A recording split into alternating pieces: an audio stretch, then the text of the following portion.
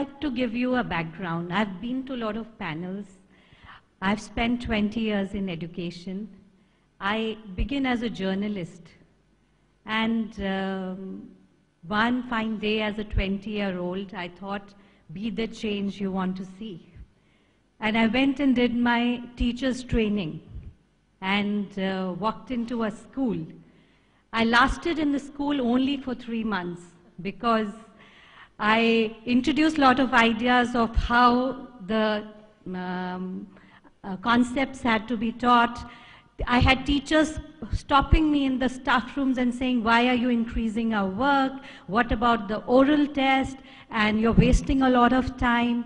And as a 22-year-old, I would carry a bag full of notebooks home, because when you introduce an idea to a child, he wants to express himself. And when he expresses himself, the teacher has to check and hold his hand. And I started getting bogged down by the whole idea. I thought my seed idea was a good idea, but its implementation was a challenge. And I left the school and went and became, I joined the Times of India, and I stayed with the Times of India for 17 years. And I became an editor of the student supplement, and they took me on to a program called Newspaper in Education. Now, idea of newspaper in education was to connect new media into the classroom and somehow bring new ideas into the classroom and add new dimension to the learning that was happening in the classroom. So all my years there was spent not in selling the newspaper as much as changing the whole paradigm of learning in the classroom. And to a great extent, I think that interactive English that CBSE introduced was an outcome of an effort that newspaper in education was doing across. That is innovation. By innovation is that your premise of learning or your outcome that you expect as a teacher remains the same. It was same when students were studying under the trees. It is same today. Any teacher you ask, she would want every child in the class to comprehend everything she's trying to communicate. She would love to discuss things through, but the challenges, the time, the curriculum, the extracurricular activity. So intent is not the problem, or the discussion that we have about new ideas is not the point. Execution of that idea across is a problem. So if you say that, you just mentioned we have created an aspirational model. If you actually want to effect change, you have to create an aspirational model. Not in the sense of its esotericness, but in the sense of what would be the ultimate level of achievement you would like to create. And that is only possible with very bright children in very bright labs and educationists. And then you have to create models that how do you translate that idea to a minimum level across the country. What is a challenge today? There are 13 lakh schools across the country. And you multiply the number of teachers and you multiply number of students. Why is it a student sitting in Timbuktu not have a right to the best education? He has a right. Who decides that he does not have a potential? We can't decide. He does not have access to the best teachers. Why does he not have access to the best teachers? Because the best teachers' training has not reached there. The intent of the teacher in the classroom is there. So I think today the real innovation is all of us need to accept technology, because only technology has a power to reach, aspire to the top and reach to the bottom level, be able to create the pedagogical frameworks that we in our research centers think are wonderful. Put the best practices together and then say, let me create a layer. And we have in our experiments created layered learning. When we were creating the first blueprint of what we were doing, going to do in my company, the only thing when I walked into the room and said, create anything that could have universal appeal. They said, universal appeal, more music, more color, rich media. I said, no, from simple to complex. Because in a classroom of 40 students, you have all types of students. And mostly the teachers teach the 10 students in the classroom, the ones who keep pace with her. Why is it those 30 students are not engaged enough? Because not that she does not intend, she has a challenge of time. She has to get to the board and write the topic and finish the chapter. Create a framework that every child comes to the basic level, anchors into the foundation of the idea within the framework of 5 days of finishing a topic, take them up. So even if you don't take all children at the level 4, you would take a child you expect to remain on level 1 to reach the 3, and the child who has a capability of level 5 is not bored in the class. And such framework, when created in a digital learning model, can be distributed across. And all the ideas of adaptive learning and flipped class and everything actually will fulfill all your dreams as educators. Because your only challenge is human resource quality and time management. And if you create models that can be distributed and handed over to your teachers and learners, a student can take that model back home at his pace without being embarrassed by the co-learners, quietly go and repeat and get into the whole idea and walk in confident. And in the classroom, resource is wasted when she's giving a lecture. I learned actually about flipped class out of the books from Mrs. Lula's talk a year ago. And I went up to her and said, how do you practice it? Flipped class is a smart idea, but how do you execute it to every day? So she said, I do it once a week or twice a week. And I went back to my research center and I said, no, create a model that teacher finishes, is going to introduce the idea, she flips a class, a student goes and studies that idea, comes back in the class for problem solving. 40 children would be handled simultaneously when in the classroom you're actually only problem solving. So innovation is not the idea. Innovation is implementation of that idea, not in one institution by one institutional head or one teacher, but all the teacher, all the institutional said with their uniqueness. Because what does digital learning give you or a framework give you? A vehicle. I used to have a bullock cart to reach a destination. Now to reach that destination, I have a plane.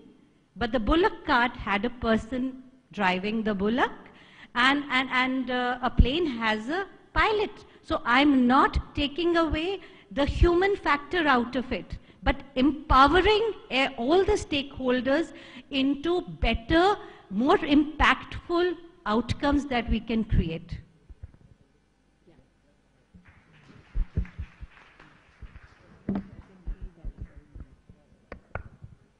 In the spirit of interactivity, two thoughts I wanted to react to you, Poonam. One is this example of technology in the classroom.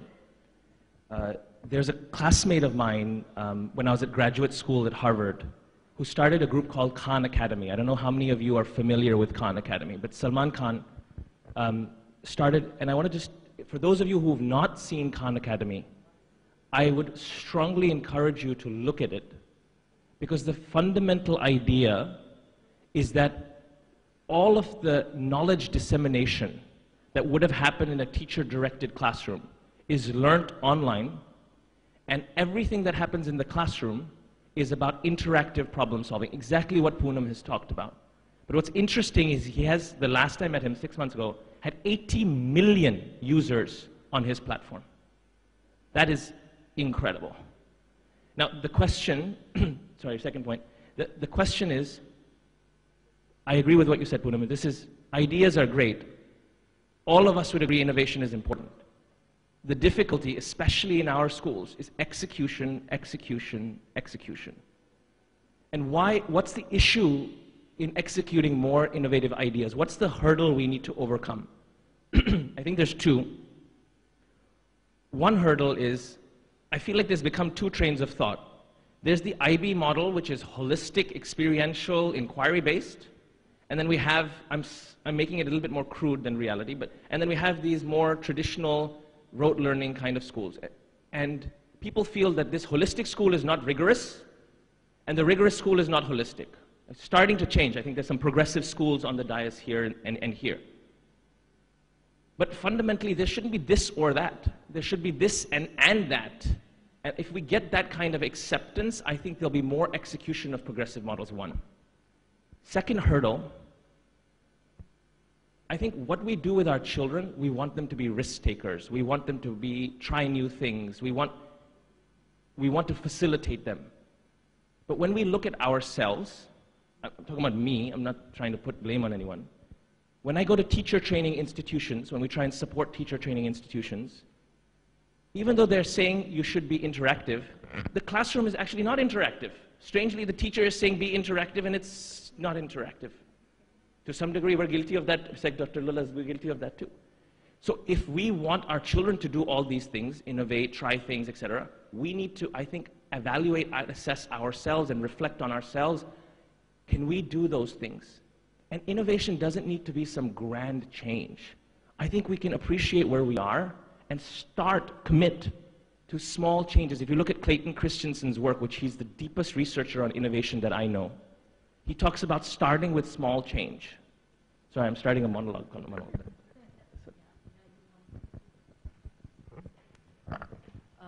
I'd like to just continue from where Poonam and Anshul talked about. And I think that, according to me, and I stand corrected, it's not that the curriculum restricts anybody from changing. It's not that there are some progressive schools and there are some non-progressive schools. It's only the people. And I think the most traditional topic in the curriculum can be made innovative, interactive, experiential, if I want to. So I think that you may be in a school which is there for last 30 years or 50 years doing a very traditional local state curriculum. But what is this whole, though I'm aware, I'm sure you all know we have 68 schools. So we have the state schools, we have the ICSE schools, we have CBSE schools, we have IB school, we have Cambridge school. What's the difference? It's the teacher. It's the leader. And I think most important is the kind of vision. Are we building visionary schools? Do we have visionary governing bodies? Do we have the support? So I think it is more about how than what. So I strongly believe that each one of us, in whatever way, wherever we are, in whatever environment, whatever situation, whatever school we are heading, it is somewhere the responsibility, the innovation, like Anshul said, are small steps. What is so great about IB education? I'm doing it for last 20 years. I'm doing Cambridge for last 20 years. What is it? Is it that we were not capable of doing that within our own state and national boards? And I'm glad. We are moving in that direction. Though it's a long way, but we are moving. And I'd like to say that the progressiveness of the organization is because also of the funding. For example, the IB is coming up with everything e-marking. in the MYP program, no student is going to write his paper. No paper pencil. I have a teacher in my school who's an examiner. She doesn't get her papers like we get to mark. She marks the papers on the screen. And after every paper, there is a person who gives her feedback on the screen. So it's e-marking on the screen. I mean, they are progressive. We can go there, no big deal. We have people like this organization and many service providers in the industry who can support schools. It's only that funding, which is, of course, to a certain extent very difficult. I talked about flip teaching. What is flip teaching? I mean, you can do flip teaching with your mobile. You can just record your class and upload it. That's it. Give it to a child in any form. He reads, come into the class, and he challenges the teacher. That's what I spoke about last year. I mean, people talk about flip teaching is no big amount of money, but it is the teacher who thinks, I want to innovate, like Anshul said, small steps. So I think it's very easy, very simple if somebody really wants to do it. Thank you.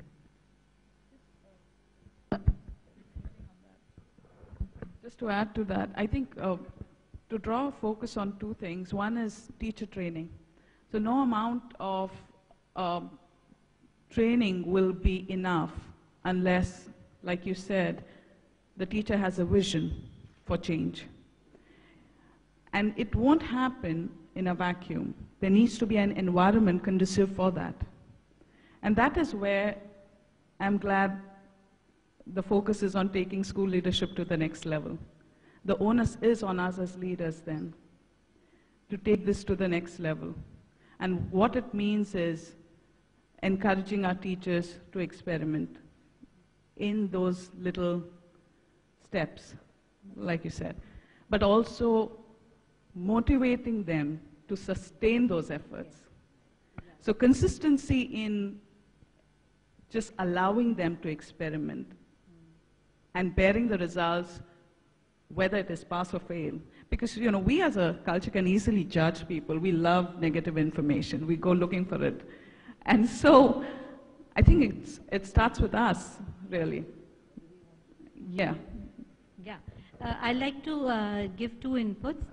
As school leaders, I think you should introduce the idea of simple ideas, simple, implementable ideas. I just wanted to give you an example. Again, on our discussion table, we were talking, and I said there should be greater interactivity in the classroom. And they said, okay, let's create games. So technology is equal to games. I said, no, interactivity between the student and the teacher. So therefore, let's put case studies on every concept so that there is a discussion in the classroom. They said, how are you going to explain it as a digital learning platform? I said, my purpose is not the glamour of digital learning, but the outcome in the classroom, how to leverage this in the classroom. And it is such a simple idea, the way we talk about HOTs. Now the teacher does not know what does HOT mean. HOT is nothing but taking a child from level 1 to level 2. And that is possible through a discussion. And that is working very well. As leaders, come up with simple ideas rather than holding seminar or training sessions for teachers and say implement. Implementation is the key, and knowledge sharing. Two things.